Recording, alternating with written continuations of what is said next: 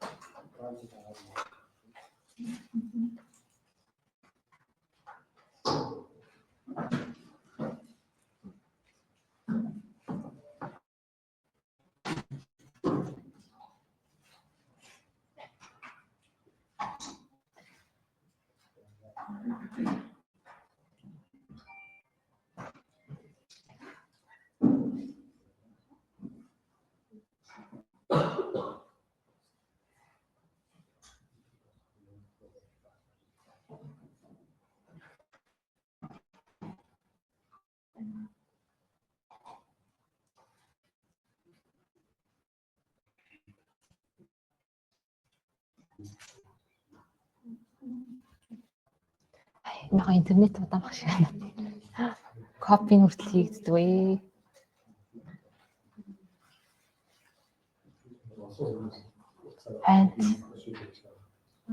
Ямар ч юм копигаа болчдөө.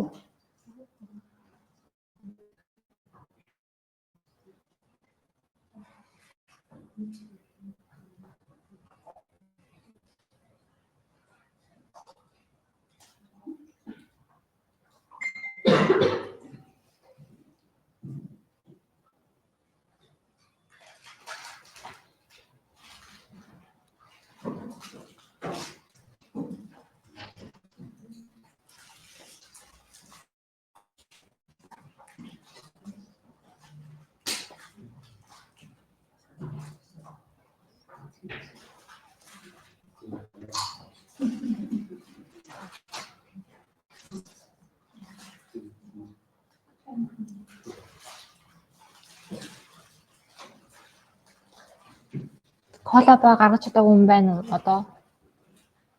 Бүгдээ гаргацсан уу?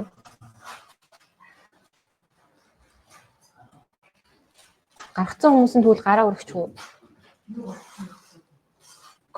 Одоо нөгөө ноутбукээ Classroom дээр би нэг юм ширлсэн байгаа.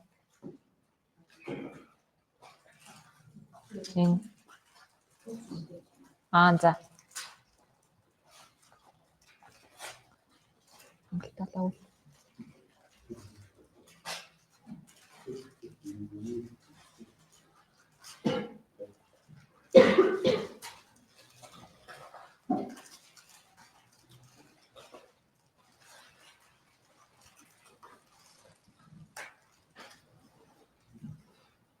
Ямар ч тач нөгөө колаба гаргаад копигоо нөгөө юу нь бол хувилцсан бол энэ баруун дээд булан дээр байгаа connect гэдэг товчон дээр дарах хэрэгтэй шүү.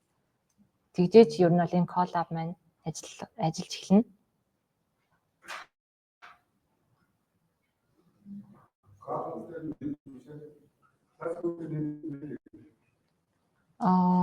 Тэрийг сайн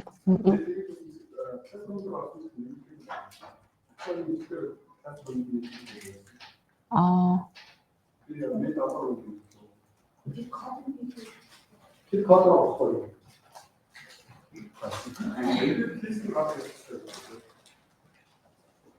Юу гэсэн тэр код авч.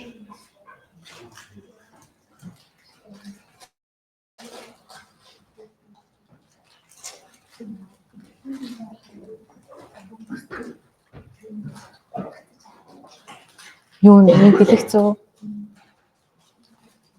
Тэгвэл миний интернетийн хурдаас болоод байгаа юм болоо. Чи хадгалж байгаа юм хадгалж байгаа. Тинт надад ирэх байхгүй гэсэн. Нөгөө гест болчихоо.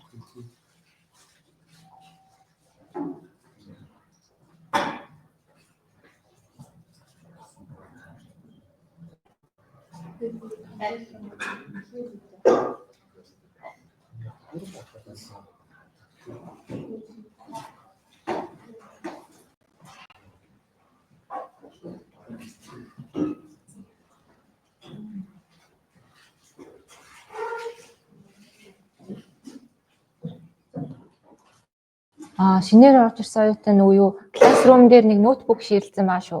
Тэрийг онгойлгож өөр драйвер дээр copy гээд хувилах хэрэгтэй. За одоо тэгвэл юу коллаба нээж чадаагүй юм байна уу? Баггүй юу? Бүгд нээсэн үү? Тий.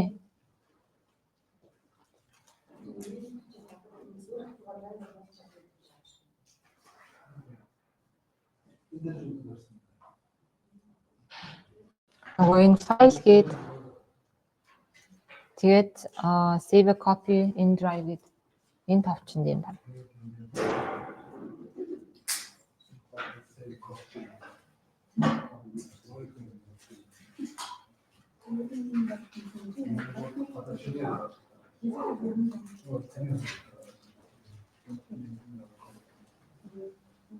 Өнөөдөр дараа хараад чамд. Харин за тийм ч юм уу. За. Тэгвэл хүмүүсийг болцсон гэж бодоод хичээлээ эхлэх үү. За өнөөдрийн хичээлээр болохоор Андрей Карпатигийн цуврал Zero to Hero-гийн яг 1-р хичээлийг орох болно. Тэгээ энэ хичээлээр бид нэр backpropagation, neural network-ийн юм үнцэн ойлголтуудыг аавна. За тэгээд хичээлийн агуулгаар амжилт гэдгийг өөрийн имплемент хийсэн сангийн талаар баг зэргийн overview. Тэгээд цаашлаад backpropagation нэг жоохон ойлголттой болоод өөрсдөө мануалаар backpropagate яаж хийдэг талаар жишээнүүд дээр авч үзнэ. Тэгээд бас PyTorch дээр backpropagation яаж явагдгийг энэ жишээ. Тэсний дараа хамгийн төгсөлт нь neural network-ийг өөрсдөө build хийгээд тэгээд оптимизацийн гараараа бас хийж үзээд нэг тренинг явуулах байгаа. За тэгээд энэ хичээлийн төгсгөл юу сурсан байж их вэ гэвэл ямар ч тач backpropagation-ы цаатал нь явагдах математикийн backpropagation хийх тийм чадвартай болно. Тэгээд үүнээс гадна бас neural network-ийн үндсэн дүрийг ер нь ойлгоод тэгээд нэг neural network өөртөө build хийж сурна гэсэн үг. За одоо тэгвэл уламжлалаа нэг иргэн саны. Уламжлалт буюу derivative гэдэг нь тухайн функцийн орлтыг ямар нэг хэмжээгээр өөрчлөхөд функцийн гаалтанд нөлөөлж байгааг ерөөн илэрхийлдэг. За тэгээд энд үзүүлсэнчлэн бид уламжлалыг ер нь ийм томьёогоор боддог. Энэ бол f от a-д нэмэх нь h гэдэг нь болохоор орлтыг өөрчилсөн функцийн гаралт бол f от a гэдэг нь тухайн функцийн анхны утга. Тэгээд энийг h тувааж нормтолдог ийм функц томьёо байдаг. За тэгвэл бид 3x квадрат за яжаарай. Та нар нэр эндээс ажилуулахдаа шууд ингээд shift enter дарж ажилуулдгийг мэдхүү. Эсвэл уртлын энэ сумандын шууд дарчиж болно шүү. Нэг сэлээ ажилуулахдаа. За би энийг ингээд shift enter дарангууд шууд энэ уншиж байгаа гэсэн үг. За энэ жишээ болгож 3x квадратаас хасган ийм функцийг авч үзье. За энэ функцийн график зургийн ба. За тэгвэл энэ функцийн x төв 3 гэсэн утгатай үед уламжлалыг гэвэл x гэдэг нь хэрхэн үйлдэлийг хэрхэн нөлөөлж ингэж бол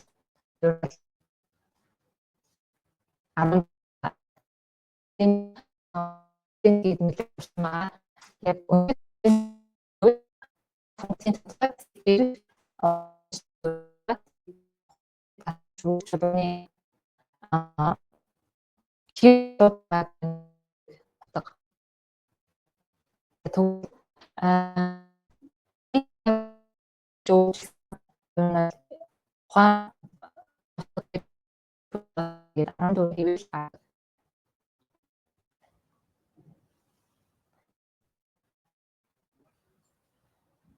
энэ жоохон удаан уншигдах шүү тий.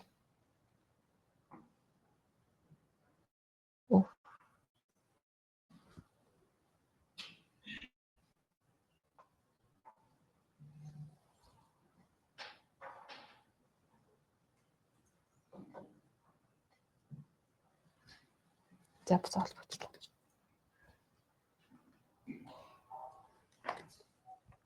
За ингээд 14 гээд хэвээр гарч байна. За тэгвэл 14 гэдэг тоон бас юуг илэрхийлж байгааг гэвэл яг x тэнцвэр 3 үед оролтыг нь нэг утгаар өөрчлөхөд тухайн функцийн гал нь 14-өөр дээшээ өснө гэсэн утгатай.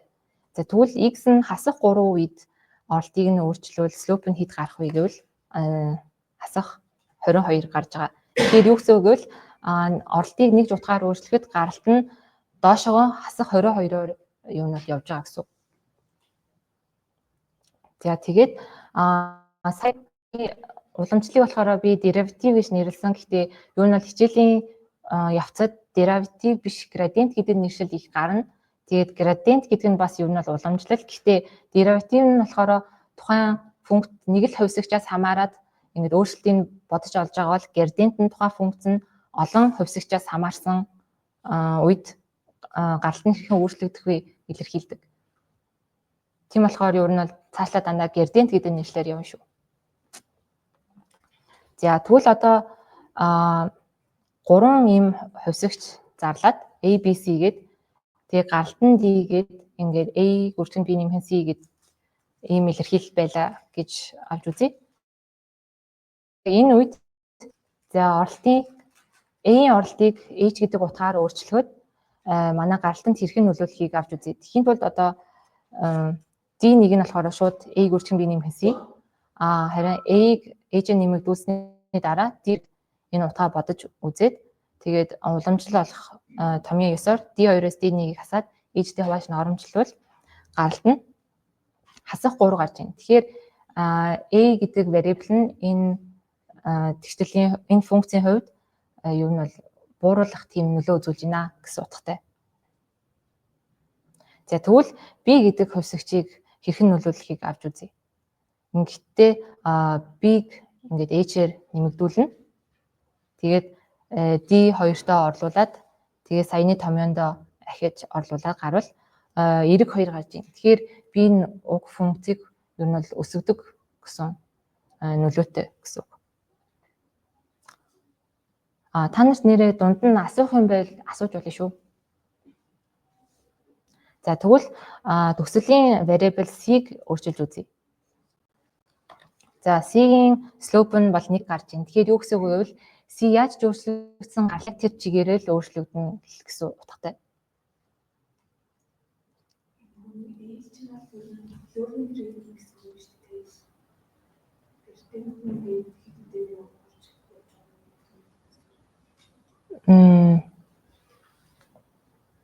Биш. Зүгээр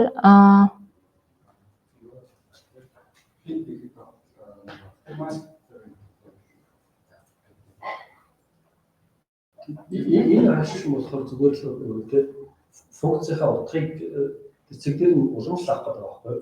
Уламжлал авахын тулд одоо А гэсэн утгаа би А-шаар өөрчлөх нь X-ийнхаа хэр өөрчлөхөөр хэлж байгаа байхгүй. Энийг хэр өөрчлөхөөр Y-ийн утга буюу F-ийн утга хэр өөрчлөхөөр гараад байна. Энэ хоёрын харьцаа явуулахаар энэ налог функцээр авч яаж байгаа байхгүй. Тэгэхээр learning rate одоохон. Тэгтээ learning rate бүр хичээлийн дараа юун дундуур хэсэгт гарч ирнэ. За одоо ингээд хичээлийн хол хэсэг рүү оръё. За энэ хэсэгтээ бид нэр micrograd-ийн ер нь хэд хэдэн функцүүдийг ер нь ашиглаж явна. Тэгээ micrograd гэдэг нь өөрөө юу гэвэл autograd engine буюу автоматар саяны нөгөө gradient-ийн тооцоо явцдаг. Тэгээ энийг цаашлаад back propagation implement хийхдээ ашиглагдана. Тэгээд юу нь бол бид нэр цаашлаад back propagation хийх учраас олон variable болон олон variable-ийн gradient-уудыг ер нь бол тооцоололтой ашиглах учраас энэ болгоны аюу MX-гээр хадгалахын тулд энэ value гэдэг нэртэй классыг ер нь бол ашиглаж явж байгаа шүү. За энэ value class нь болохоор зүгээр оролдондоо нэг тоо авна. Тэгээд дуудах үедээ зүгээр энэ string-ийг буцаадаг класс байгаа. Одоогийн байдлаар. За тэгвэл ингээд A болон B-дээ 2 болон хасах 3-ыг өгвөл тэгээд A болон B-г дуудахаар яг саяны нөгөө print string нь энэ дээр ингээд харагдчихаа. Тэгээд A болон B нь зүгээр ингээд анх бид нэр float утга өгсөн. Гэтэ яг энэ төрөл нь float биш учраас бид нэр энэ нэмэх үржих үйлдэл ингээд хийх боломжгүй. Тийм болохоор яг энэ класста нэмэх болон үржих үйлдэлийг бас методоор ингээд зарлж өгөх хэрэгтэй байгаа. За жишээлбэл энэ def add гэдэг нь болохоор нэмэх үйлдэл хийдэг метод. Def mul болохоор үржих үйлдэл хийдэг метод. За тэгээд саяны A болон B гээд хоёр хувьсгчаа дахиад зарлаад нэмэх үйлдэлээ хийхин тулд нэг бол ингээд нэмэх тэмдэглээ ингээд тавьж ашиглаж болно. Юу н томруулах хэрэгтэй байна уу? Хангалттай харагдаж байна уу? За. Эсвэл энэ A-ийг add B гээд бас энүүгээр нь ашиглаж болно. Гэтэ ер нь бол арай хялбараар нь нэмэх тэмдгийн ер нь бол цаашлаад ашиглах болно. За энэс үржих үйлдэл нь ингээд хийгдэж болж байгаа. За тэгээд за жишээлбэл энэ нэмэх үйлдэлээр гарч исэн утга нь яг ямар хоёр тооны нийлбэр вэ гэдгийг бас ингээд бид нэр цаашлаад тооцоол хийхдээ ингээд мэдж явах шаардлагатай. Тхийн тулд болохоор саяны value гэдэг класста prev болон ямар operation хийгдснээ бас хадгалахын тулд op тэгээд ямар нэртэй variable вэ гэдгийг хадгалах label гэдэг нэг 3 нэмэлт хувьсгч зарлаад өгч жоо.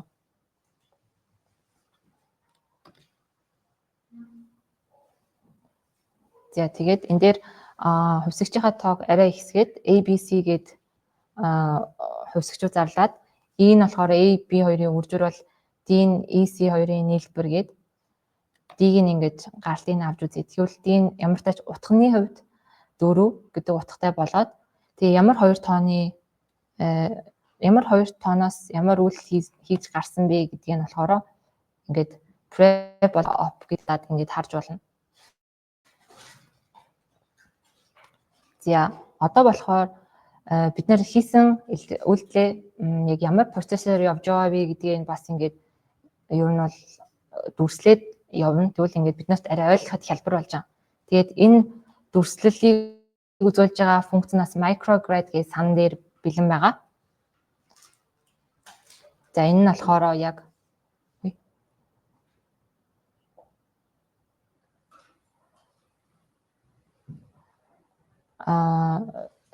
диаграм болгож ер нь бол зураглыг үзүүлж байгаа.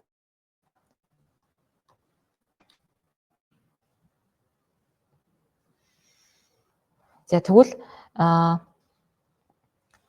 B, C гээд 3 хувьсгч байсан. Тэгээд E болон D гээд нэг 2 шинэ хувьсгч үүсгэсэн. Энийг яг forward pass зураглыг ингэж харуул. Энд дээр одоо ингэж харагдана гэсэн. За ингээ A, B хоёрын үржир нь E-д тэгээ C, E хоёрын нийлбэр нь D-д ингээ хадгалагдсан. Тэгээд тус болгоных нь дата нь ийм байна гэд ер нь бол ингэж харж болно. За тэгвэл үүнийгээ өргөтгөхөд F тэгээд L гээд хоёр шинэ бас ингээ хувьсгч зарлаад арай өргөн болгох.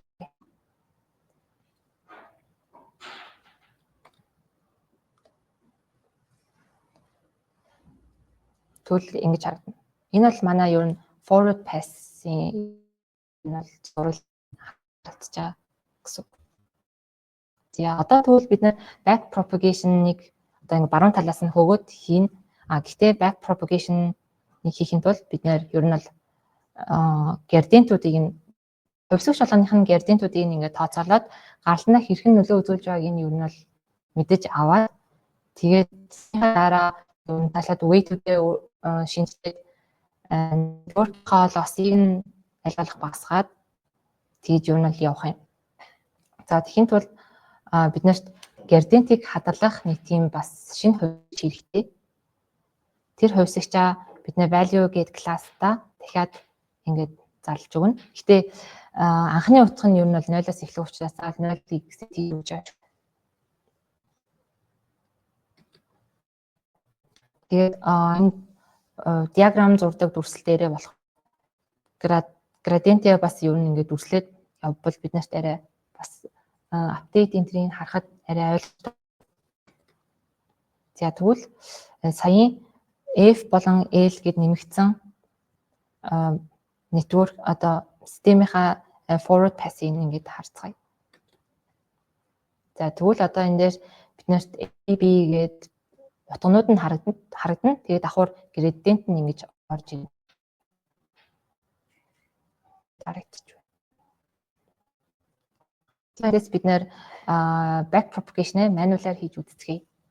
За тэгээд тэгж хийхэд бол хамгийн сүүлд нь байгаа L гээд хувьсагч нөлөөллийн ер нь бол эхлээд судлана. Тэгэхээр L-с ер нь бол L-ээр авсан уламжлал гэсэн.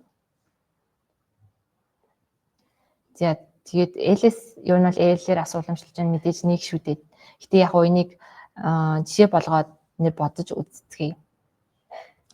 За ямар ч тач L1 нь болохоор L-ийн дата, тэгээд L2 нь болохоор L-ийн дата дээр нэмэх нь H гэх нөгөө жижигхэн утгаа нэмнэ. Тэгээд L2-оос L1-ийг асаад H-тэй хувааж норомжлсон утга нь манай за эндээс ингээ харуул бид L-ийн градиентийг гээд ингээд асаа хийж үүрэгтэй. Тэгээд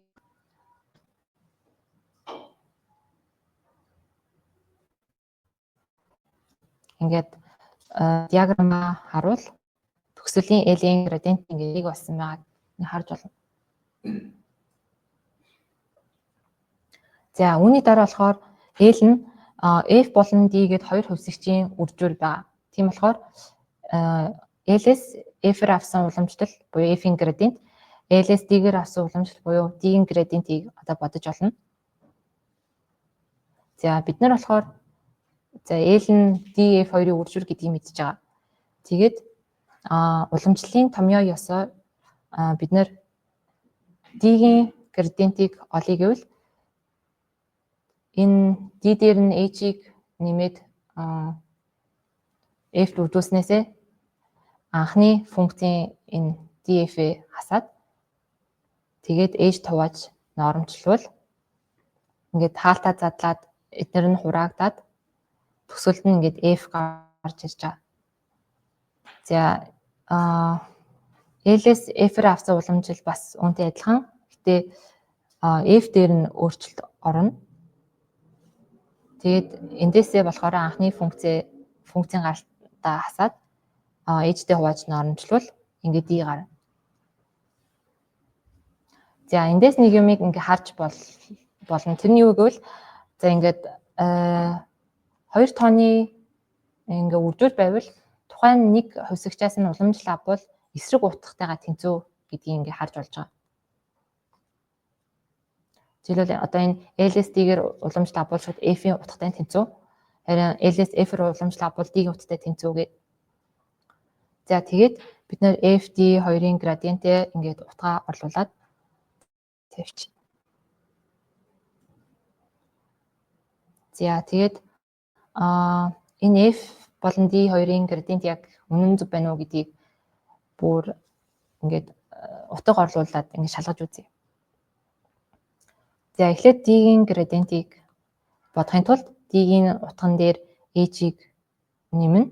Тэгээд тэр D-гээрээ ашигласан L-ээ L2-той хадгалаад тэгээд L2-оос анхны L1-ийнхээ утгыг хасаад H туваавал хасах 2 гарч ийн. Тэгээ манай D-ийн градиент хасах 2 гээд зөв байна. За одоо тэгвэл F-ийн градиентийг олъё. Тэгвэл F дээр H-ээ нэмээд утгаа шинжилээд тэгээд шинжилсэн L2-оос анхны L1-ийг хасаад H-тэй хуваана. Ингээд 4 гарч ийн. Тэгээд юу нь зөв байна гэсэн. За тэгээд FD хоёрынхоо градиентийг асsign тэгээд диаграммыг харуул энэ дээр яг градиентууд нь ороод ирсэн байна.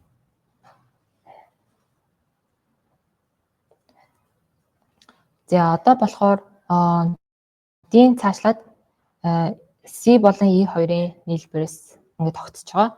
Тийм болохоор LSC-гээр авсан уламжлал буюу C-ийн градиент, LSC-гээр авсан уламжлал буюу E-ийн градиентийг ингээд бодож олцгоё. За бид нэр болохоор L нь гэдээ сая мэдж байгаа. Энэ S-ийн уламжлал авахын тулд давхар функцийн уламжлалыг ашиглана. За энэ болохоор давх функцийн аргыг харуулсан байна. За энэ доотлын хэсгийг харуул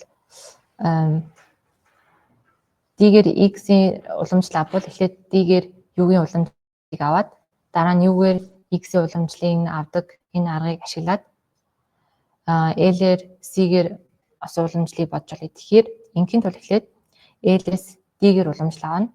Тэгсний дараа D-ээс C-гээр уламжлал авна. Тэгээд бид сая L-ээс D-гээр уламжлал авахад F гээд утга гарсныг мэдж байгаа.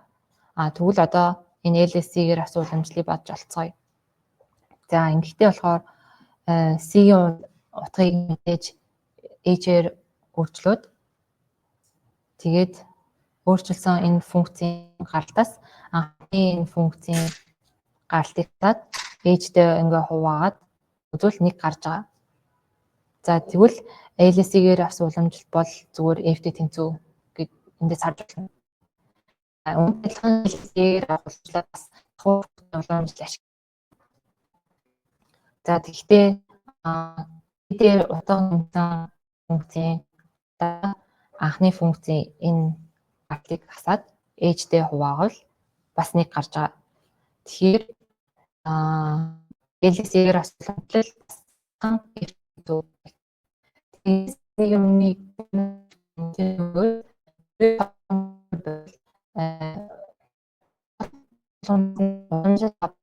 тэд нар нь манай градиент нь нэгтэй тэнцүү байдаг гэдгийг ер нь харж байна. За ингээд C-ийн градиент, E-ийн градиент хоёртой хасах хоёроо ингээд assign хийе. Тэгээд энэ хоёр градиент бас зөв гарсан байна уу гэдгийг энэ ингээд шалгаж үзэж болно. Ингэхдээ эхлээд C-ийн градиентийг бодохдоо C дээр нь H-ний энэ L2-оо тэгээд L2-оос анхны L1-ийг хасаад H хуваавал ингээд хасах хоёр. За тэгвэл E-ийн бод зөв E дээр H гээд утгаа нэмчин. Тэгээд L2-оо бодж олсны дараа L2-оос L1-ийг хасаад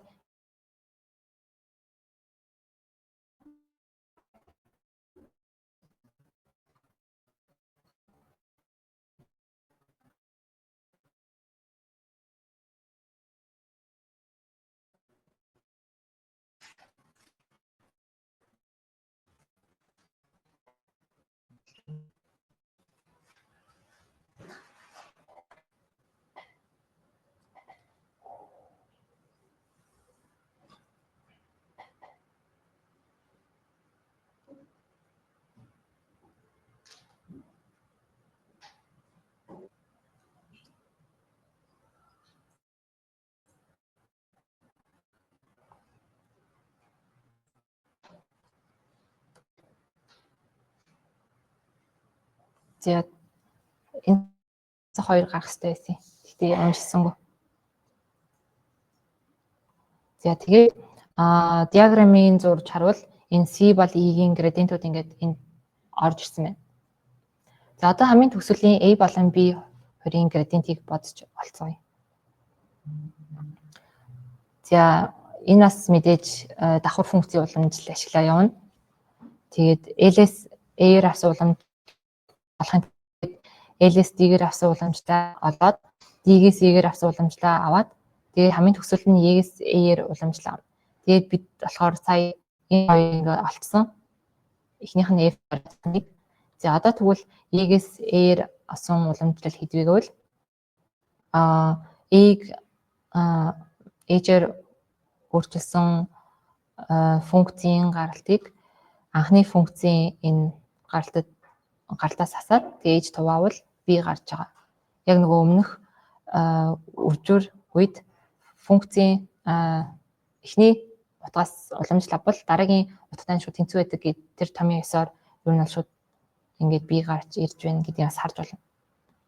За тэгвэл L-ээс B-гээр уламжлал авбал за эхний энэ хоёрын эсэг нь болохоор мэдээж F, дараа нь G-ээс B-гээр уламжлал бол саяын 4-9-оор шууд A-ийн утгатай тэнцүү гэсэн.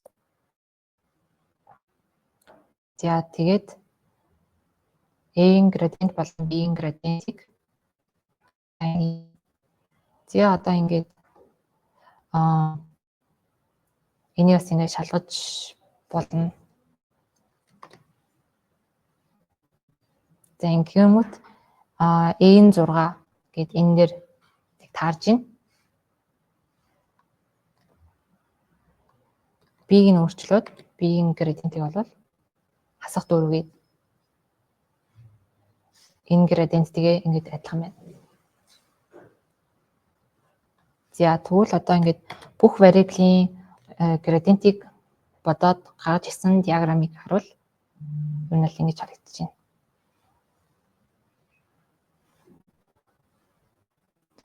За одоо тэгвэл бид нэр арай кейс дээр back propagation-ыг мануалаар хийж үзцгээе. За энэ example дээр болохоор нейроны хувьд ер нь back propagation хийж үзсэн. За нэг нейрон гэдэг нь болохоор ер нь бол оролцтой. Тэгээд тухайн оролт нь бас нэг тодорхой weightтэй. Тэгээд энэ оролтыг weight-ээр нь үржүүлээд нийлбэрийг нь bias гэдэг нэг утгаар нэмэгдүүлнэ. Bias нь болохоор тухайн нейроныг хэр хурдан activate хийгдэх вэ гэдгийг нь юу нь илэрхийлж байгаа утга. Тэгээд гарландаа болохоор саяын нийлбэрийг activation function руу оруулаад тэгээ нэг утга гаргадаг ийм нэг систем аа. Тэгээд бид нар activation функцтэй болохоор энэ хичээлээр TANH гэдэг ийм функц ашиглана. За TANH нь болохоор юу нь бол ингэж олон янзаар илэрхийлэгдэж болдог. Тэгээд бид нар implement хийхдээ энэ төгсөлийн Y-ийн 2x-ээс ханыг хуваах нь Y-ийн 2x-ийн нэмэх гэдэг. Тэгээд TANH функцээ зургийг ингэж харуул. 0-аас бага үедээ хасах нэг рүү тэмүүлсэн, 0-аас их үедээ нэмэх нэг рүү тэмүүлсэн. Юу нь хасах нэгээс нэмэх нэгийн хооронд утга буцаадаг ийм функц.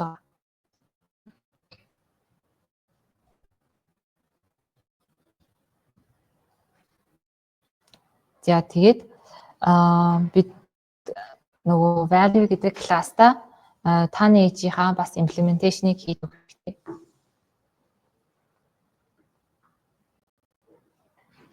За энд болохоор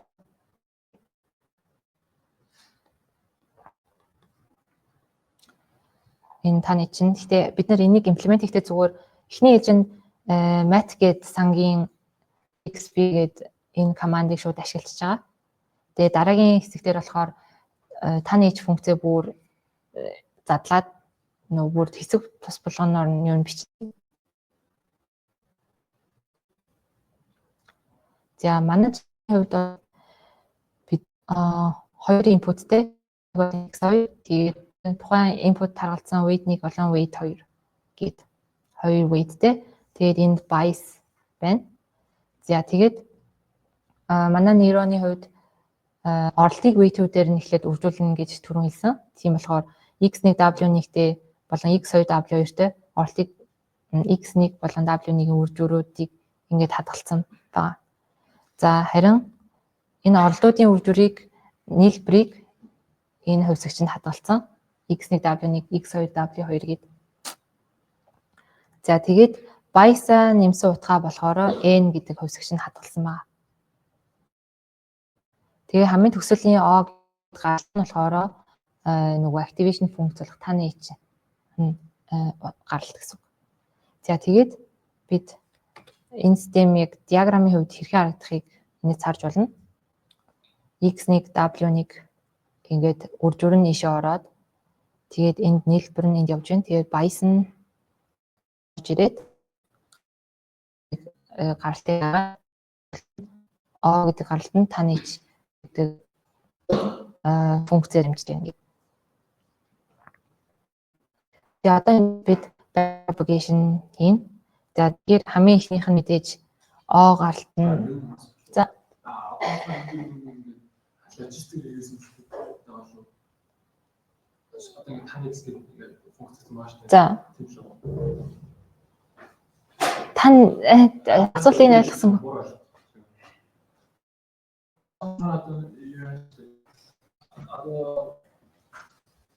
weighted орлого гэсэн маш шүү дээ. Тийм. Одоо үнэлж байгаа яг үндсэн цагаар манайхаар зүгээр гэрээс эсвэл register гэрээс юм.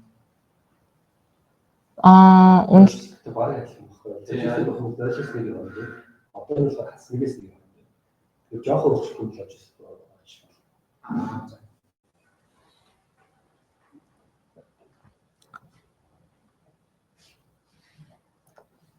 За одоо back propagation-ийн тулд хамгийн сүүлийн гарал буюу on O гэдэг хэсэг чинь гарал ихнүүлэлгүй гэвэл угаасаа мэдээж O-гоос O-гоор уламжлал бол нэг гарна гэдээ бид нэр мэднэ. Тэгээд гэрдийн дээр хадгалчихъя.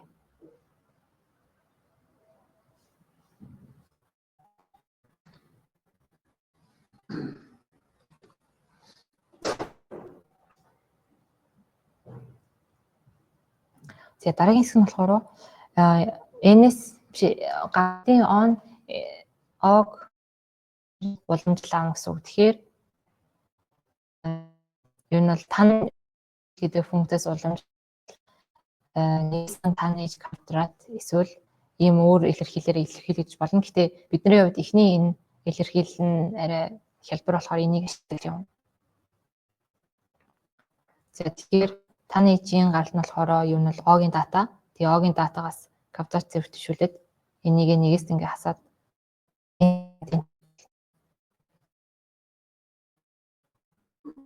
юу нь 0.5 гарч байгаа.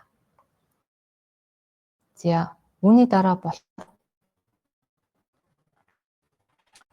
энэ x-ийн давны үрдийн нийлбэр болон байс гээд хоёр хэсэгчийн нийлбэр.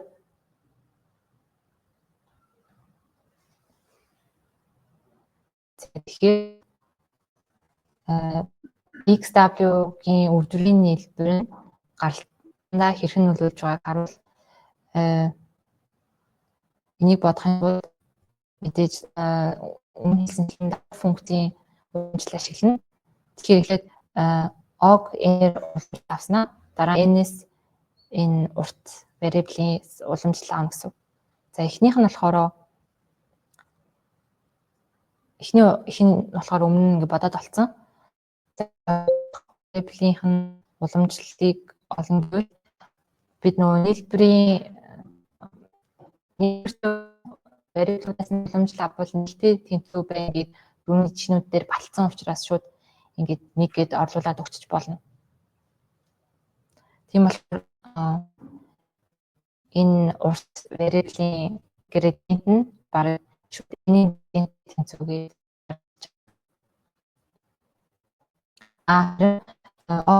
уламжлалаас үнэтэй адилхан. Шууд энэ gradient гэдэг ингээ гарч ирнэ. Тэгээд ингээ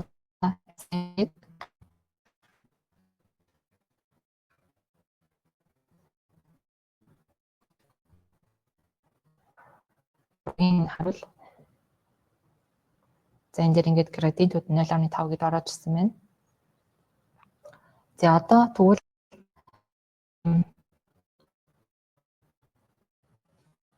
энэ variable маань x1 w1-ийн үрдүр болон xw2-ийн үрдүрээс тогтсон.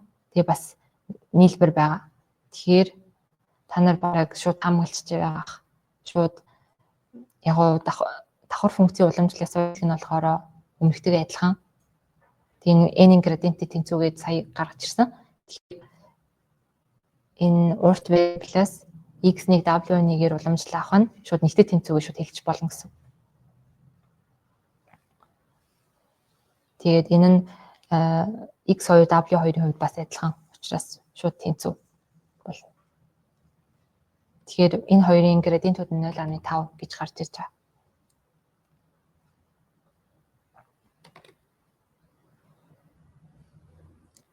За одоо болохоор бүр анхны оролтын x1 w1 x2 w2 гээд хэсэгчүүдийн градиентийг бодож олно.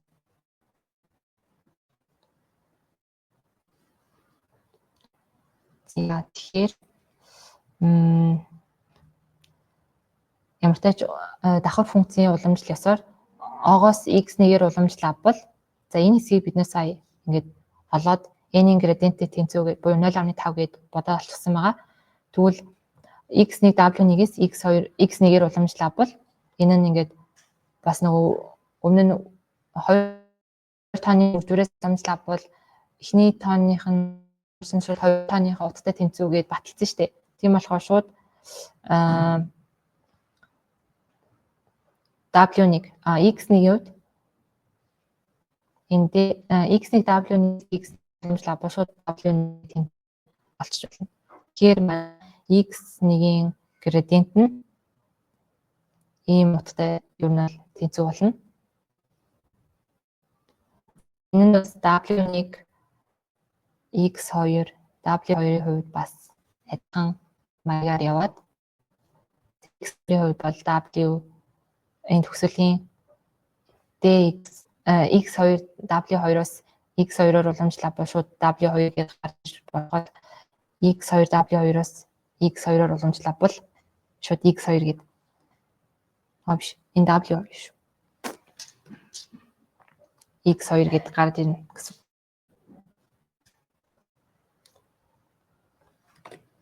Тэгэхээр манай дөрвөн хувьсагчийн градиентууд нь хасах 1.5 1 0.50 гэд гарч ирсэн байна. За. Ер нь бол саяынх айгүй жижигхэн network-ээс ирнэ ингээд нэг нэгээр нь явахаар айгүй ер нь жоохон төвөгтэй болохоор аль болох ер нь автоматжуулах хэрэгтэй энэ процессыг. За тэхийн тулд болохоор энэ backward гээд функцийг оруулж ирээд одоо юу нь бол үлд хийдэг operation-ы үлд хийдэг функц дээр оруулаад ирчвэл арай бүр хялбар. Яа тэгэхээр сая бид хэрэв 2 тооны нийлбэр байвал тухайн нь шууд нэгтэй тэнцүү. Гэтэ яг өмнөх градиенттэй бас заавал хадгалах хэрэгтэй гээд ингээд мэдсэн. Тийм болохоор шууд нэгийн үржих нь output gradient гээд хоёуланд нь шууд assign хийж болно. Энэ self grade гэдэг нь болохоор яг тухайн утганых нь gradient, other нь болохоор хоёрдугаар орж ирсэн утганых нь gradient. За харин үрдвэрийн хувьд болохоор солбсон утгануудаа авдаг гэд сая баахан жишээнүүдээр баталсан. Тийм болохоор эхний gradient дээр болохоор хоёр дахын утга гэд датагийн шууд оруулаад тэгээ гарлын gradient-ээр өөрөлдөж тэнцүү. Хоёр дахь нь болохоор эхний утга дээр утгыг output gradient-ээр үржүүлсэнтэй тэнцүү. Харин тань ээжийн хувьд болохоор сая тань ээжээс уламжлал авбал нэгсх нь тань ээжийн квадрат гэд бид нар мэдж байгаа. Тийм болохоор тань ээж нь энэ дээр имплемент хийсэн байна. Тэгээ тэрийг квадрат зэрэг дэвшүүлээд output gradient дээрээ үржүүлээд гарч ирнэ. За тэгвэл саяны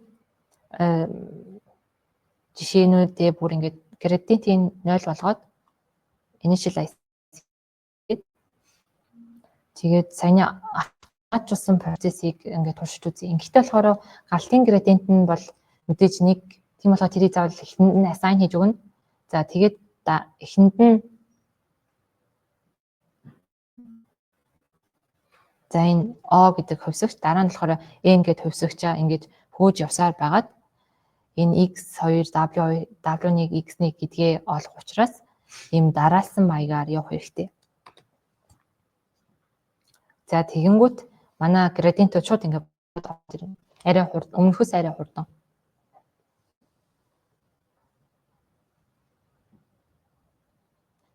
За харин манай network бүр ингээд олон variable-аас тогтсон байвал бид нэр ингээд саяын дарааллыг ингээд олоход жоохон төвөгтэй болчихно. Тийм болохоор topological sort гэдэг арга ашиглаад ингээд ямар variable нь ямар variable-аас ингээд бүрдсэн байна вэ гэдэг бүр юм дарааллыг гаргаад ирнэ гэсэн.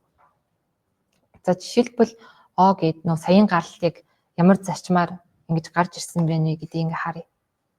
Тэнгүүд за манай O чинь юу нь бол гарлтай байсан шүү дээ. Тэнгүүд энэ гаралт нь хамгийн төгсөлийн гаралт нь энэ болохоор орлтууд нь ингээд явсаар ингээд гаргаж ирсэн байна.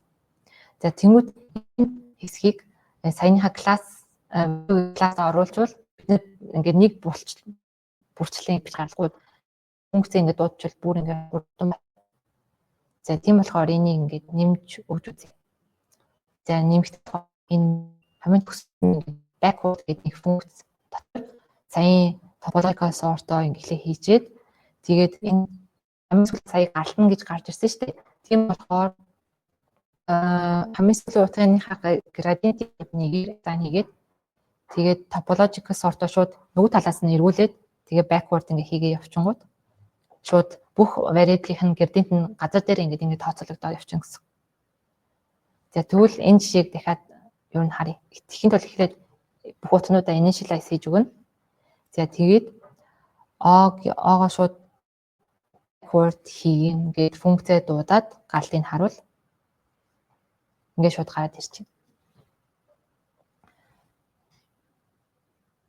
Тэгээ өмнөх gradient-уудаа бас таарсан байна. Энэ хасах 1.5 одоо энэ value гэдэг класс нь бас нэг алдаа байгаа. Тэр гэвэл бид нэг variable-ийг нэг л удаа ашигласан болохоор gradient-ууд нь зөв тооцоологдсон. Гэхдээ хэрвээ энэ case дээр жишээлбэл a гээд 3 гэдэг утгатай ийм variable байла. Тэгсэн чинь b-г олохын тулд 2a-ийг нэмсэн ийм утгатай байлаа гэвэл a-ээр асуу уламжлалт юу нь бол 2 гэж гарч ирэх ёстой шүү дээ. Гэхдээ бид нар сая хөгжүүлсэн энэ класс маань backward gradient-ийг олохдоо шууд 1-ийг гаргаад ирчихэ. Яа тэгвэл эхлээд эхний a-ийн gradient-ийг олонгуудаа 2 дахь a-ийн gradient-ийг орж ингүү шууд overwrite хийж байгаа байхгүй юу? Тийм бол бид нэр тэр утгаа хадгалах хэрэгтэй гэсэн. За жишээлбэл юу нь бол бод амьдрал дээр юу нь бол одоо энэ a болон b гэх хоёр variable-ийг хоёр өөр газар ашиглаад хоёр өөр variable-ийг ингээ үүсгэсэн байгаа. Ийм кейсүүд бол их гарч учраас энийг заавал засах хэрэгтэй. За тэгээ засахтаа болохоор маш энгийн. Зөвхөн backward хийхдээ gradient-ээ бодохдоо энэ зөвхөн урт талд нь тэнцвэр тэмдгийн урт талд нь зөв нэмэх тэмдэг тавиад зөвхөн accumulate хийгээл болоо. Тэгээ бүх backward-ууд дээрээ энэ үйлчлэгийн таны дээрээ бас юм. За тэгвэл саяны алдаа ингээд засагдсан байна уу гэдгийг харъя. Тэгэхээр a-ийн gradient 2 гэж гарч ирэх ёстой. Тэгээ энэ дээр 2 гэж гарч ирсэн байна. За энэ жишээн дээр бас юу нь засагдсан байгаа. Энэ утга нь юу нь өөрчлөгдсөн байна. За одоо дараагийн хэсэг нь болохоор таны функцээ юу нь бол үйлдэл болгоноор нь задлж явна. Тэгээд үйлдэл болгоноор задлахын тулд бид нарт манай юу нь бол класс маань одоогийн байдлаар зөвхөн нэг үржигсэн хоёр үйлдэл хийх боломжтой. Энэ дээр нэмэлтээр юу нь хэд хэдэн үйлдэл нэмэлттэй байгаа. Дээрэс нь хамгийн наад зах нь бол бид нар A гэдэг нөгөө value гэдэг классийн утганд 2 утга орлуултнаа A дээр хадгалж байгаа. Гэхдээ A дээрээ нэгийг нэмж болохоос нэг дээр нэмэх нь A гэдэг үйлдэлийг хийж болохгүй байгаа. Ингийн тулд энийг засахын тулд болохоор зүгээр R-add гэх талаас нь нэмэх орлогыг хийдэг тийм метод нэмж өгнө. Үржих үйлдэлтэй ч гэсэн R-мул гээд нэмээд өгчөд энэ ингээд шууд шийдэгдэж байна.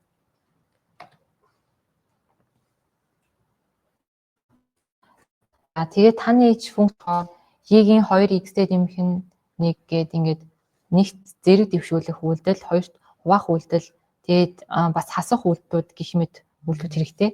Тэрийг одоо ингээд бас класстаа нэмж өгнө. За true div болохоор ингээд хуваах үйлдэл нь байна. Энэ power гэдэг нь болохоор зэрэг дэвшүүлэх нь.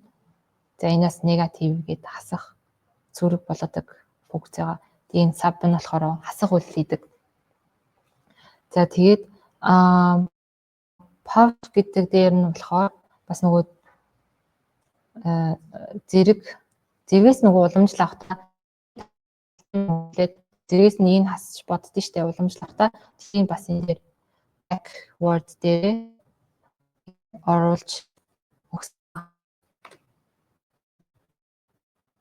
Тэгээ одоо тэгээд энэ зүгээр хоёр ажлын зүгээр шалгах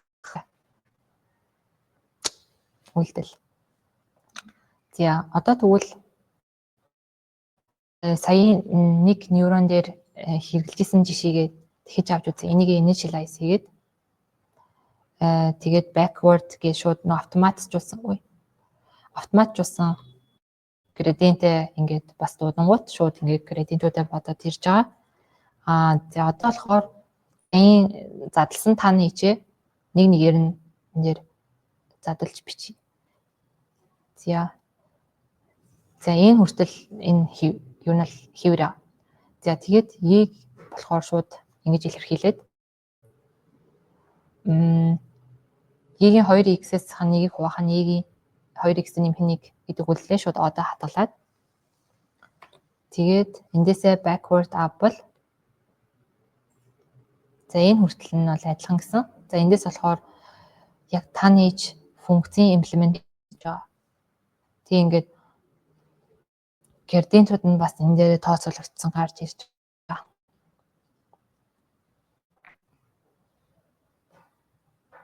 За тэгээд бид нэр амьдрал дээр шууд гараараа back propagation хийжээ хийхгүй л дээ. Тийм болохоор юу ингээд сангуудын хувьд энийг аль хэдийн бэлэнчлээд ингээд амир хялбар болгоод өгсөн маа. Тийм болохоор өнөөдөр PyTorch-ийн жишээн дээр яаж back propagation хийдгийг зөвөр харцгаая. За бидний өмнөх жишээн дээр бид нэр зөвхөн scalar утгануудыг ингээд ашиглаа явж исэн бол PyTorch дээр tensor гэдэг нэг утга ашигладаг. Tensor нь болохоор n dimensional ер нь бол array-нууд тэгээ array дотроо scalar утгатай мэдээж тэгээд за бид нар float утга хэрэгтэй байгаа. Тэгвэл x нэгтээ 2 гэдэг float утга оногдохын тулд эхлээд torch tensor гэж яагаад тэгээд array дотроо 2-ыг өгөөд тэгээд double гэдэг нь бидний float утгыг үүсгэн. Тэгээд энэ дээр x1 дээр requires grad гэдгээ true болгоод back propagation хийхэд нөгөө team гэдэг тохиргоог нь асааж байгаа гэсэн. За тэгээд w1 гэдэг утгуудаа ингээд torch tensor-аа өгөөд энэ нь мэдээж нөгөө өрөөд тэгээд нийлбэрүүд нь гарна. Тэгээд энэ болохоор энийхээ таны үр дүн гэсэн. Тэгээд PyTorch дээр backward хийхдээ бод ингээд backward гээд дуудчих болно.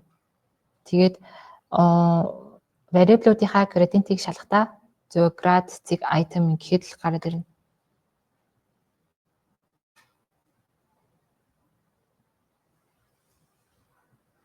За эндээс харуул O-гийн гар маань өмнө нь 0.7-тай гарч ирсэн яг хэвээрээ байна. Тэгээд хамгийн анхны x1 x2 w2-ийн градиентууд нь 0.50 хасах 1 гээд гарч ирсэн яг хэвээрээ гарч байгаа. Тэгэхээр ер нь PyTorch дээр бас ашиглавал ийм хялбар байна шүү. За одоо бид нэр хичээлийнхаа төгсөлийн хэсэг рүү орж ин. Энэ бид нэр neural network build хийгээд тэгээд бас гараараа оптимизац хийн. За тэгээд энэ зурган дээр болохоор нэг жижигхэн neural network-ийг харуулж байна. За энэ оролтынх нь layer. Тэгээд оролтынх нь layer дотроо 3 шиг нейроноос тогтсон. Тэгээд дундлын 2 layer-ийг нь hidden layer гээд тэгээд гаралтыг нь энд харуулсан байна. За тэгэхээр бид нэр эхлээд нейроноосоо эхлээд build хийцгээе. За нейрон ер нь бол та нар барыг ойлгоцсон бах. Оролттой тэгээд weightтэй тэгээд weight-ийг орлогоор үржин хэлбэрээр bias гээд утгаа аваад тэгээд цаашлаад activation функцээ аваа явдаг. За энэ хэсгээ implement хийцгээе. За энэ нейрон гэдэг класс байна.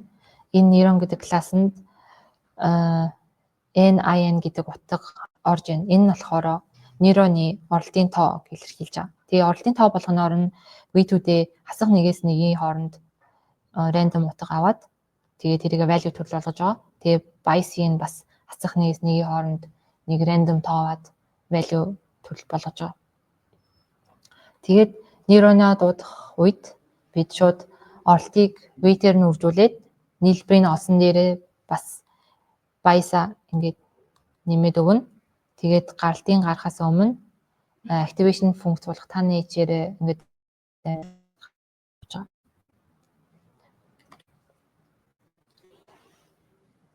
за одоо манай чин дээр болохоор 2 3 гээд оролт байна. Тэгээд нэг нейрон 2 оролттой гээд эндээ тодорхойлоо өгч нь. Тэгээ манай гаралт маань ингээд 0.99 гээд рандом тоо гарсан байна. За одоо болохоор бид нэг layer бүтээцгээе. За эндээс ингээ харж байгаачлан ер нь бол layered бол нейронууд хит хитэн шиг байж болохоор байна гэдгийг эндээс харж байна. Тэгэхээр манай нейроны оролтонд нэгт хэдэн ширхэг оролттой байгаа юм бэ илэрхийлсэн нэг утга. Тэгээд тухайн layer-т бас хэдэн ширхэг нейрон байна вэ гэдгийг илэрхийлсэн нэг утга өрн орж ирнэ. Тэгээд хэдэн ширхэг нейрон байгаагаар нь саяын нейроноо бүтээгээд энэ дэр ингээд дуудаа явж байгаа.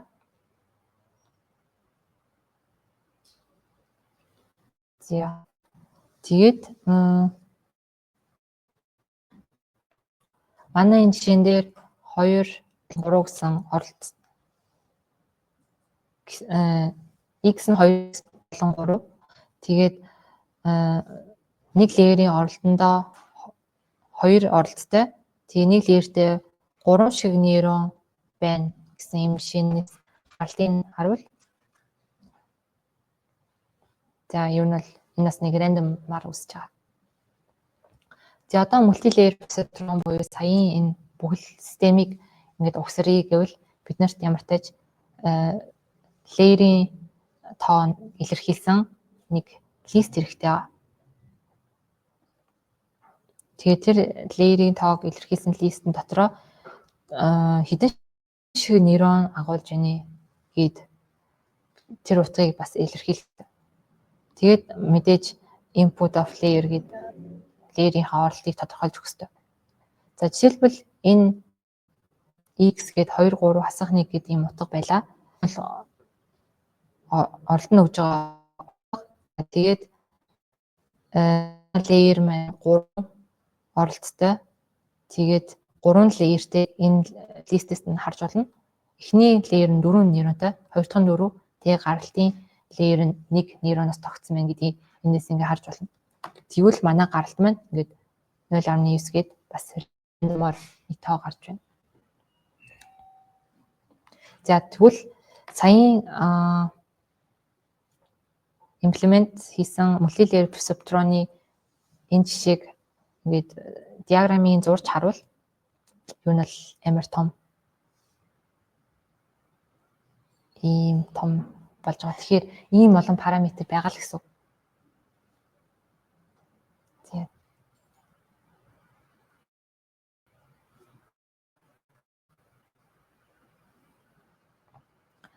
За бид нэг жижигхэн дастыг ашиглаад цаашаад network хийж үзье. За энэ бол саяын имплемент хийсэн multi-layer perceptron байна. За multi-layer perceptron-доо энэ 2 3 хасах 1 гэдэг ийм x өгөөд саяын хэлсэнчлэн оролтондоо 3 утга авна. Тэгээд 3 layer-тэй цаашлаад layer болгон 4 4 1 гэсэн нейроныг агуулж байгаа. За тэгээд манай дата ашиглах дата болохоор 3 ийм матриц байна.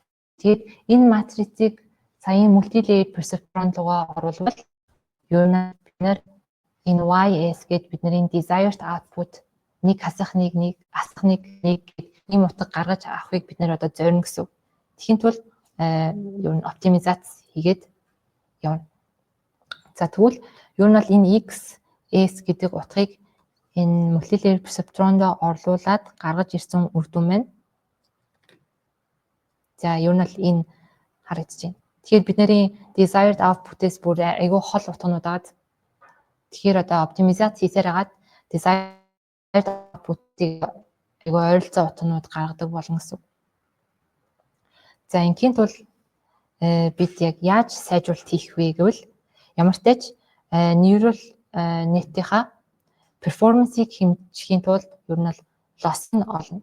Тэгээд loss нь болохдоо бид нэр зүгээр шууд mean square error-оо ашиглаад олчих болно. Тэгэхээр манай саяын neural network-ийн loss маань шууд 6.7-тай гарч байгаа. Тэгэхээр бид нэр loss-ыг бууруулад 0-тэй ойролцоо утга гаргавал манай юу нь бол neural network-ийн гаралт маань desired output-ийг ойролцоо утга гарна гэж бодох болно.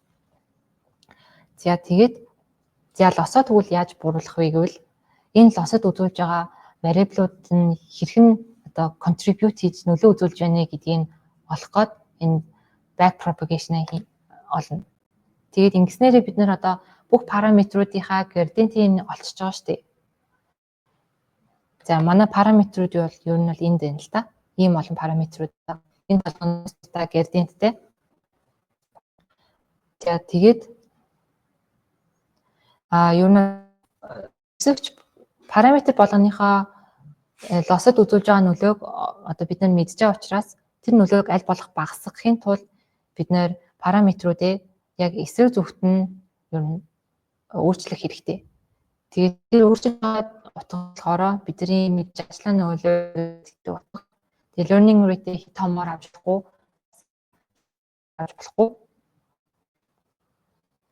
За бидний шинэ болохоор 0.1 энэ утгыг зүгээр авсан байна. Тэгээд энэ үгээр болохоор бид нэр параметруудынхаа утгыг ер нь 0.1-ээр багасгаад ингээд гаргаж ирсэн. Тэгээд параметруудээрээ prediction-ээ олоод тэр prediction-ийнхаа дахиад loss-ыг тооцоолж олъё. За тэгвэл 627 гарч ийн. Сая 6.7-тай ингэ гарч байгаа. Тэгэхээр ингээ буурсан маа ингээ харж болно. За тэгээд дахиад эндээсээ loss-оос back propagation хийгээд тэгээ параметруудыг өөрчлөөд юу нь энэ процессыг бас юу gradient descent гэж байгаа.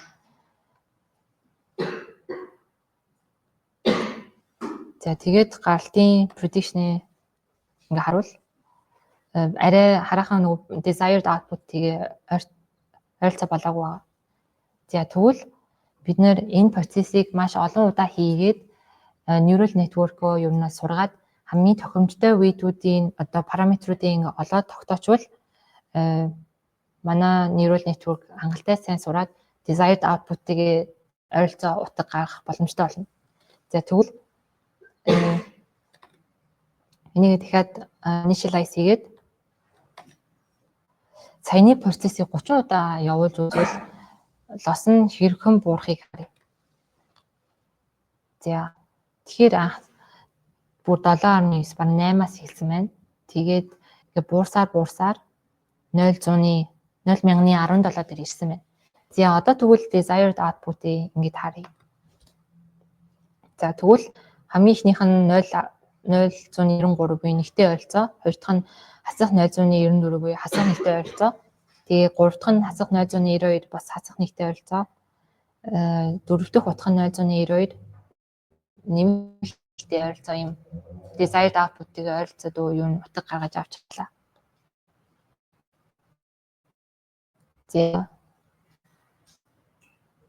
За ингээд бидний ингээд дуусчихлаа. Тэгээ хичээлээ ингээд дүгнж хэлвэл за бид нэр бол neural network-ийн цаа ямар математик процесс болдгийг ингээд өөрсдөө ингээд мануалаар бас ингээд харлаа.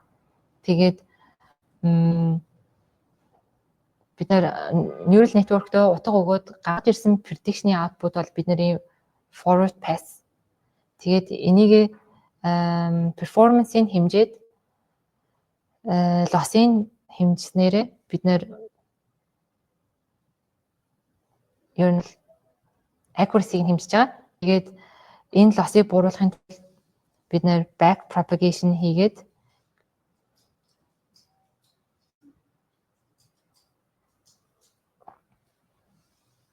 ер нь gradient-уудыг ингээд бодож олоод тэгээд тэр gradient-уудын нөлөөллийг аль болох багасгахын тулд параметруудыг tuning хийгээд оптимизац хийгээд тэр процессыг нь gradient descent гэж нэрлэж байгаа. Тэгээд параметруудыг бас өөрчилж байгаа утга нь мэдээж энэ дээр learning rate гэдэг дахиад дурддагсан байна. За ер нь бол бид нэр сая нэг neural network build хийгээд шийдлээ. Хэрвээ та нар бүр дэлгэрэнгүй Андрей Карпатигийн лекцерийг сонсомоор байвал энэ доор reference гэдэг ингээд лекцнуудын линкийг оруулсан байгаа. Тэгээд энэ лекцээр орсон юу нь бол ноутбук нь Андрей Карпатигийн GitHub дээр байгаа ноутбукээс жоохон өөр байгаа нь би нөгөө description арай их оруулсан байгаа шүү. Тэгээд Micrograd гэж сангийн бас шууд GitHub-аас ингээ олох боломжтой. Тэгээд энэ хичээлийн бас нэг exercise гэж нэг ноутбук байгаа. Хэрвээ та нар тэрийг хийжүүл энэ хичээлийг бүр илүү гүнзгийцээ ойлгоход бас тусалтай байх.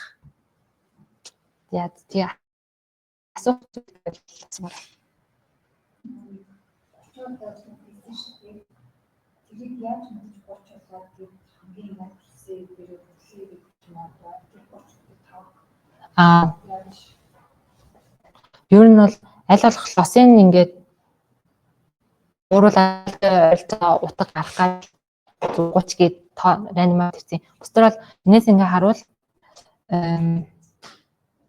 за ингээд 7 удаа хийхэд лосон шууд 0.7 ч юм уу ингэ гарч ирж байгаад энэ үед ер нь prediction гаргаж бас ер нь desire-тэйгээ ойролцоол байгаа. Гэтэ бүр ингээд цаашлаад бүр ингээд олон удаа хийчих штеп. Тэнгүүд битүүд нь бас дахиад апдейт ингээ хийдэл байгаа.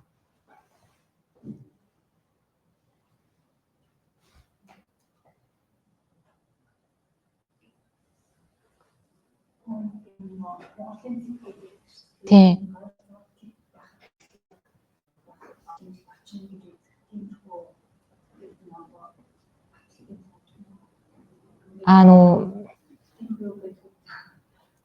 Ер нь байгаа тий.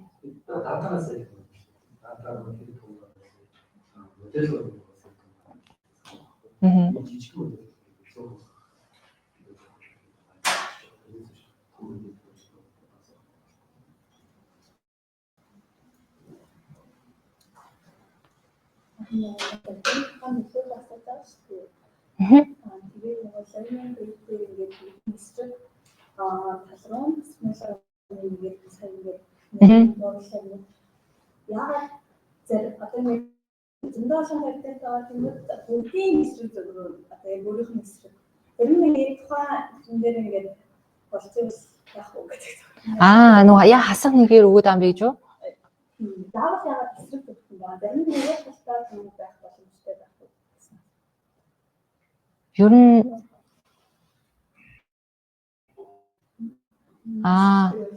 ойлцсон.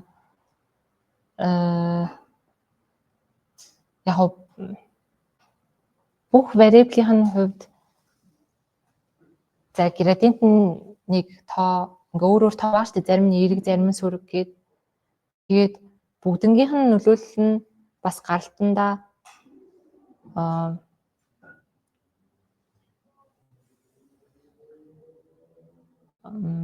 за юуж тайлбарлах юм бэ? Чи бол gradient descent уулаараа хавтгай чи x-ийг 2 координат болсон тийм. За тэгвэл тэр лос функцаа гэж зураад үзсэн x-ийг хавтгай дээр нэг юм утга гарна шүү дээ. Тэр уул гэдэг хүлчил. Тэгэхээр тэнд би утгаа басах гэдэг байгаа байхгүй. Нэг гадараа болчихвол ингэж ирсэн байна. Тэгээд тэр лосынхаа утгыг басах гэдэг чинь уулаа уудаж явах байхгүй. Тэгэхээр би x чиглэл y чиглэл аль аль нь тэр багс гэдэг юм явахгүй бол нэг чиглэл бүнээс багс гэж хангалттай байна. Тэгэхээр gradient тооцоолол гэж чинь тэр цэг дээр хамгийн ихсдэг хэмжээ болчихж байгаа байхгүй. Тэгмэд хасах чиглэлээр авахлаа багсдаг болчих байсан байхгүй. Тэгээд тэр learning rate чинь хэрэг малах уу гэдэг чинь тийм газар зогсож байгаа. Аль чиглэлд явал тэр хамгийн их юм тий одоо өндөр буухаар хавж байгаа. Тэр чиглэлээр байгаа хэрэг малах уу гэж байна.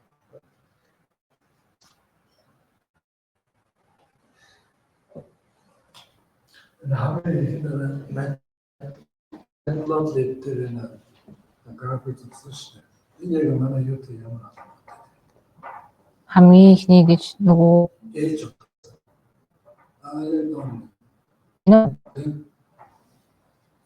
Энэ график нь яа гэсэн бэ? Энэ одоо манай дата сетийг харуулж байгаа зүйл гэсэн үг. Агуу зөв энэ манай функц neural net гэх юм уу? За тийм. Тэр функцийн график гэж байна. Тэгвэл уламжлалт чинь тэр функцийн график дээр нь тэр тухайн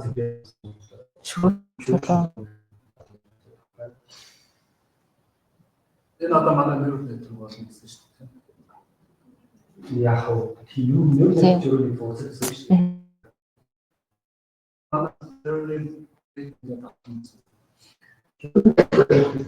Параметр яаж солих уу гэдэг юм байна. Модельч болохоор neural network хамаагүй байхгүй. Модельч өөрөө тэр параметруудаас хамаарсан функц байна. Тэгвэл за би одоо дата маань өгсөн тэгвэл ямар параметр хамгийн тэ одоо функц хийж чадах юм бэ? Өсч байгаа функц руугаа өгөх гээд байгаа байхгүй юу? Тэгээ яаж өгөх үү гэдгийг хэлэх дээр хэлэх. Learn rate low гэж хэлдэг post цоолоо. Юу бол томор ихсэж байгаа багсаад явдаг тийм. Тэгжээж нөө тохиомжтой утгаа юу нь болдог. Өөрчлөлтөд хийж байгаа юм.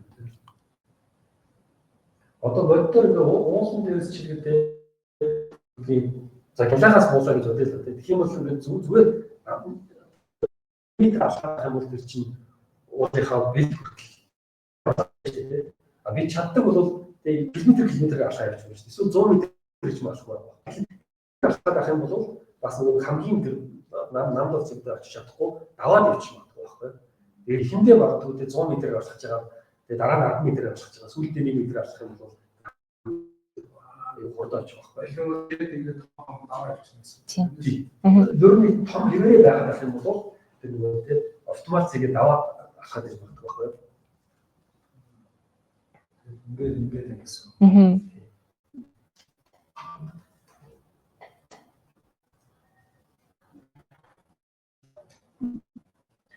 Хэлэхээ баг болчихоор бас нөгөө жинхэнэ одоо функц маань ийм функц гэж боддог. Тийм бол бид нар очих байгаа юм дахгүй хамгийн бага тийм. А гэтэл маш багаар алхаад байх юм бол энэ хотороос гарч чадхаа бичиж байгаа байхгүй. Энэ бас байна. Тийм.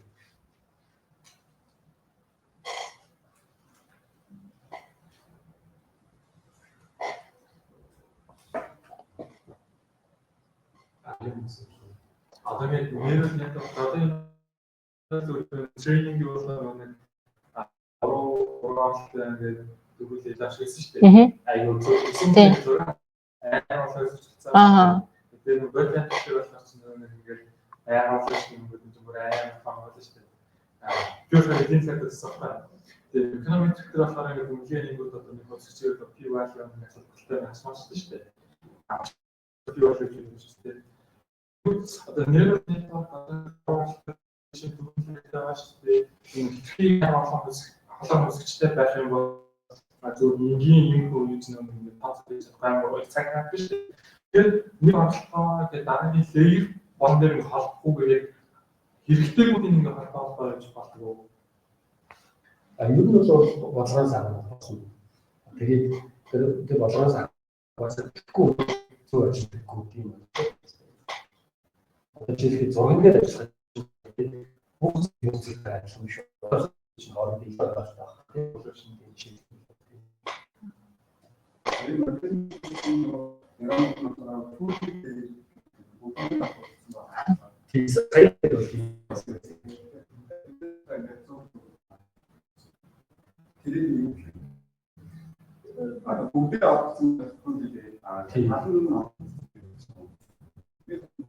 CNN RL-ийн янз бүр байгаа л да. Тэгээ ер нь сүүлийн контент одоо ч гэсэн тий одоо зарим нэг юм байна.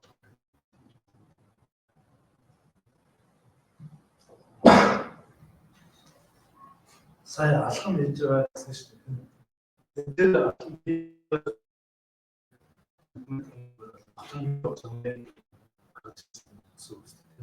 Тэгээ аль чиглэл нөгөө алах уу гэдгийг тооцоолох та. тэрийг Тэр нь дотор нь юу болоод байгаа юм бэ? Тий. Аха. Дангийн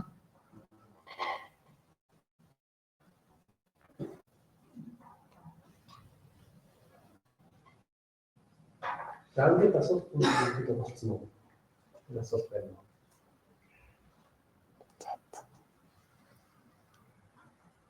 За тэгвэл багшлаа халахад хэлий баярлалаа.